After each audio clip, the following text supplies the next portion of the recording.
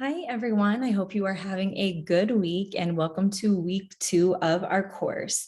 So here is the overview of what I'm going to be talking about today. So start off with a welcome, a few announcements for the week. Then I'm going to talk a little bit about the discussion that you did this previous week on Indigenous education, then preview the discussion for this week on Black philosophies of education, and then leave you with a weekly checklist. So first of all, for the welcome, I just wanted to say thank you so much for all of your engaging reflections that you sent in, your introductory slides, and all of your emails and your notes and your discussions with each other. I've really been excited to see that and very pleased to hear all of your perspectives. So for the announcements, do go and check feedback in the Google slide. A lot of classmates have left comments. So if you haven't had a chance, go in and look for those comments. And someone did let me know that in iCollege, it will be listed as a drop score. That's because for your participation, reading, and discussion points, that's worth 40 points or 40% of your total grade, but there's 12 opportunities to earn 4 points. So I set it up in iCollege to drop the 4 lowest scores, but since you only have 1 score, it's set as drop. But as you get more scores, you'll see that score come back and the lowest score will not be included, just in case there's a week where you can't really get to the discussion or something happens. That's why I designed it like that. So you can make sure that you get all your points. And your reflection number 1, I'm making my way through those. Hopefully I'm totally finished grading by the time you watch this video, but do go into iCollege to see the feedback that I gave you. And you can write me back a note there too, if you want, or email. Another great question that I got was about discussion leaders. So everyone has, and I think almost everyone has signed up on Sign Up Genius to be a discussion leader.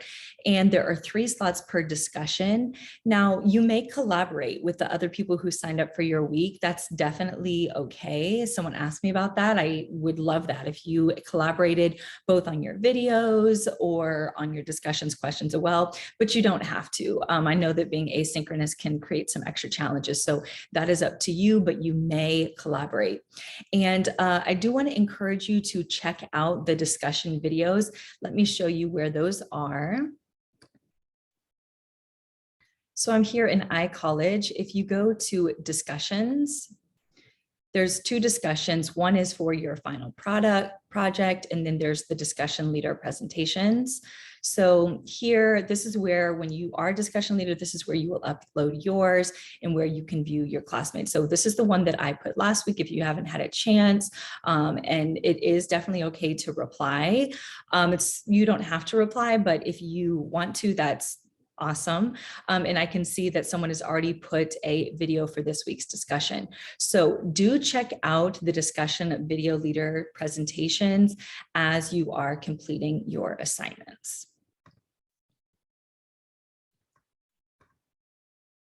Okay, so a few more announcements. So you may collaborate and do make sure that you are checking out those discussion leader posts. Now about your special topics, this is going to be your final presentation and paper at the end of the term. And again, this is intended for you to really bring in your expertise, something you're interested in that could add to the course. Someone has already submitted an idea to me, and as I was reading your reflections, I was getting a lot of ideas for you. I don't want to give you the ideas, but if you already have an idea for your special topic, you can go ahead and let me know that in iCollege as well, and I can give you feedback on that. So if you are ready to go with that, that is, if you go to iCollege, if you click on assignments, it's right here, proposed special topic for final presentation and paper. You can just type in quickly what you're thinking of for your topic, and I can give you feedback on that.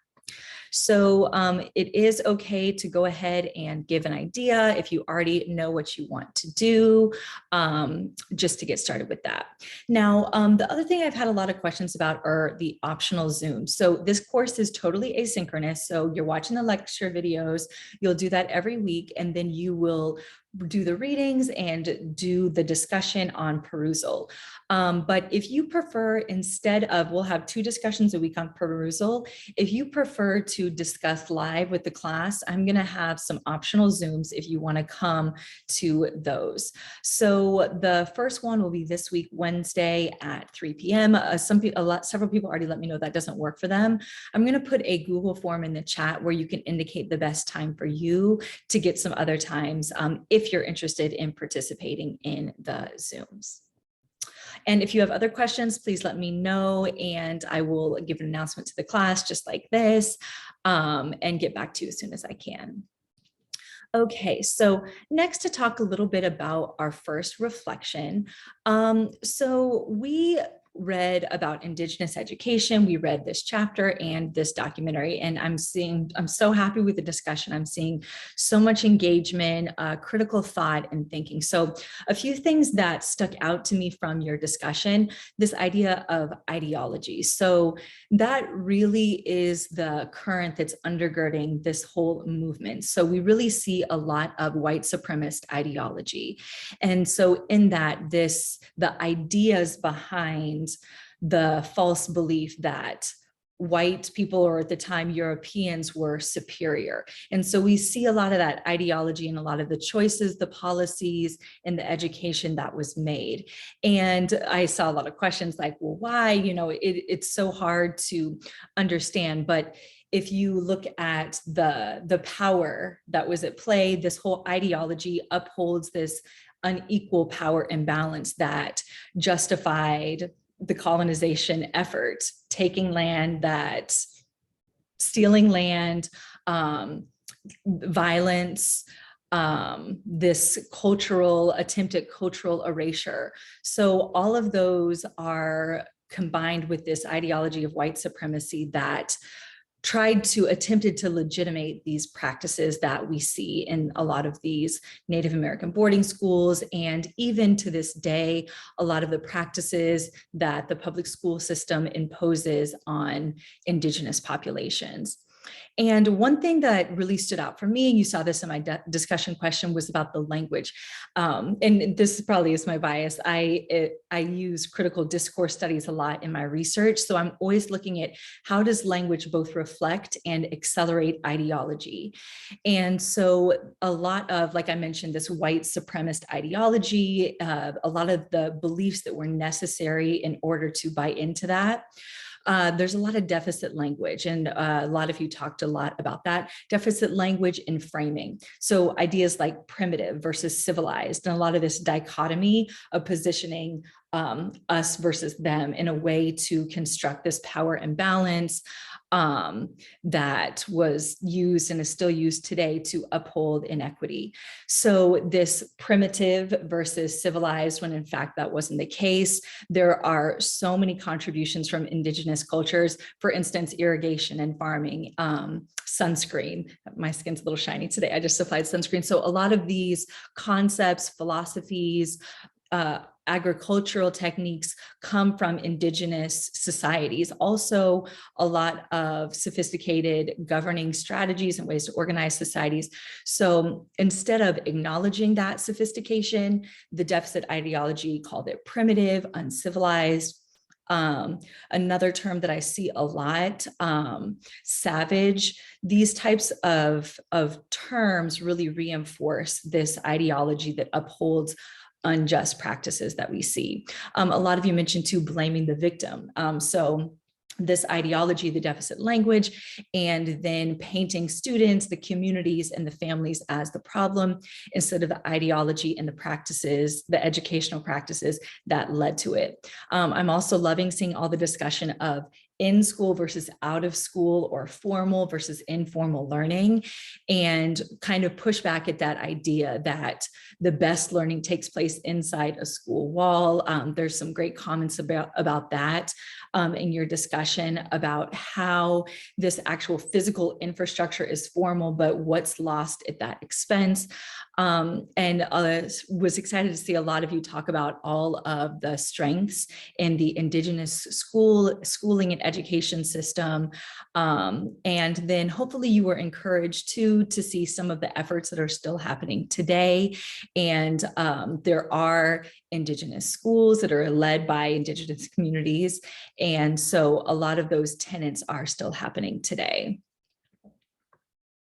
Oh, the final comment, I also really liked a lot of the parallels that people were drawing to how this ideology affected Indigenous groups, how that also has affected other groups in our society, Black Americans, non-English speaking people, or people who are coming from another country and how they are treated, removed from parents, stripped from their language, etc. So those have been really great parallels. Okay, so this week we are going to be moving into Black educational philosophies. So we have two discussions, but they are both related to these topics.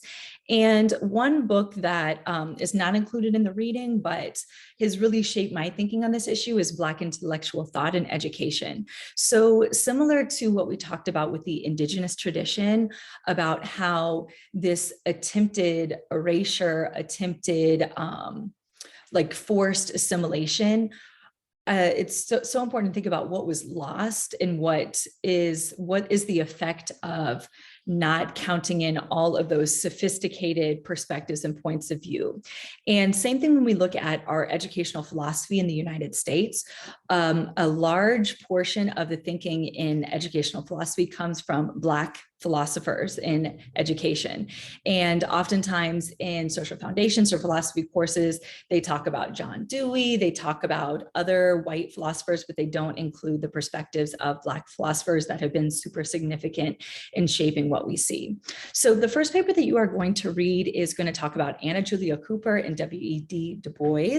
And there's also readings and supplemental materials about both of them, but they were contemporaries of each other. And it's so interesting. They both lived almost a century. So they both have a huge volume of writing, super important ideas. Anna Julia Cooper was very foundational in Black feminist thought, and W.B. Du Bois has so many influences in not only education, philosophy, but about rejecting white supremacy. And also his seminal book on Reconstruction has been really important in political science.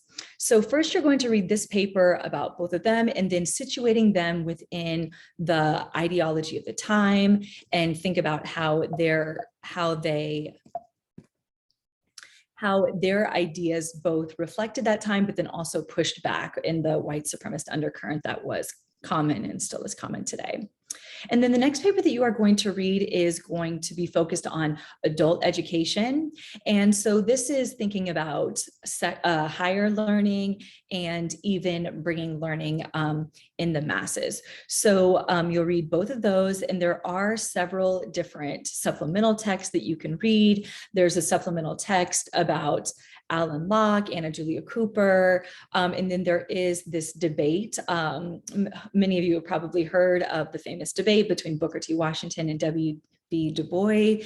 And so there is a PBS documentary if you want to watch that as well. I also I mentioned that this thinking is kind of post-Reconstruction. I also linked a YouTube kind of, not a TED Talk, but a talk between several scholars about Reconstruction, if you want to hear a little bit about that and what was happening at the time. So that will be the discussion for Wednesday of this week. And do also look at the discussion leader videos as you are engaging with this topic. And then we are going to end out the week, and Sunday is Juneteenth. So that is definitely aligned with learning about Black educational philosophies, especially Carter G. Woodson. So Carter G. Woodson is known as the father of Black history. He was a scholar. He really made his whole life's work at educating people about Black history. So it started off with a week and now it's a month. And just really a lot of his philosophy and teachings were about the importance of knowing this history. And again, addressing that gap of the absent of the absent history and how that impacts people in the ideology today. So one of his biggest contributions, philosophy, is this theory of miseducation. And so we're not reading the entire book, but I strongly encourage you to read the book if you get a chance. So with this theory of miseducation, Carter G. Woodson held that predominantly white institutions, that public education, it actually provides a miseducation by teaching inaccurate history about topics like enslavement, about topics like colonization, and the absence of both Black history before enslavement and also current contributions of Black Americans, how this together creates a sense of miseducation that, again, upholds this ideology of white supremacy. So you're going to read 2 articles about that. This first one, Jarvis R. Givens, this is a recent work, and I noticed that on YouTube, he has quite a few talks. I think that that's one of the benefits of the pandemic, is that Zoom, a lot of scholars were getting together and having these talks that now we all have access to. So if you're interested in hearing him talk a little bit about his book and his work, there are several talks on YouTube. So we're going to read both of these, and then also we are going to watch a documentary about HBCUs, historically Black colleges and universities. I also posted a review in the supplemental materials with some critiques, so I'm curious to hear from you. What do you think about the documentary? What is missing or maybe misrepresented? So those are the readings for this week. And then there are a couple supplemental readings. So like I mentioned, we are doing HBCUs, Carter G. Woodson. There's also this article in the supplemental reading about the Hampton model. So another thing that you can check out is thinking about how at the time some HBCUs were spearheaded by whites, churches, leaders, and organizations, and how their perspectives impacted the HBCUs that they sponsored. So this one, the Hampton model, is one. And then another book that is really great about this topic and traces how some HBCUs can be connected to privatization in education and some of the attempted attacks and takeover. This book, The White Architects of Black Education, and I did link an interview with the author, William H. Watkins. He talks about Du Bois, he talks about his book, and some of this attempted takeover by white Americans and how they have tried and continue to try to take over Black education as a sense of power instead of empowerment. And he also just talks a lot about education, his viewpoints. So I think it's about a 10-minute Vimeo. Venmo's for money. Okay. I think it's about 10 minutes in the supplemental reading. So I encourage you to check that out by this author. So this is a preview about what you are going to be reading and discussing this week. Again, check out the discussion leaders, and they have posted questions in there for you to engage with. And everyone's doing a great job with their annotations, questioning, making connections. So this is your checklist of what you need to do for this week. So by Wednesday, our second perusal assignment will be done. So that is about Black educational philosophies, 4 points. Now, there is an optional Zoom if you prefer to discuss in person or you just want to come. That will be this Wednesday at 3 p.m. And the link will be in the announcement box at the first page of iCollege. And again, I'll put the link in the description box of this lecture if you want to request a different time for next week, because I know that time doesn't work for several people. And then Sunday, that is when the perusal 3 is done. Now there is some flexibility about the due date there. Sunday is Juneteenth, and then June 20th, Georgia State is not having classes in observation of Juneteenth. So just keeping with the Wednesday, Sunday, I put that as the due date, but again, there is some flexibility around that perusal number 3. So again, thank you so much. I'm just so excited about this course and so excited to get to know you all better and continue to read and learn alongside you. So great for first week, and I'm excited about the second, and I will talk to you soon. Bye.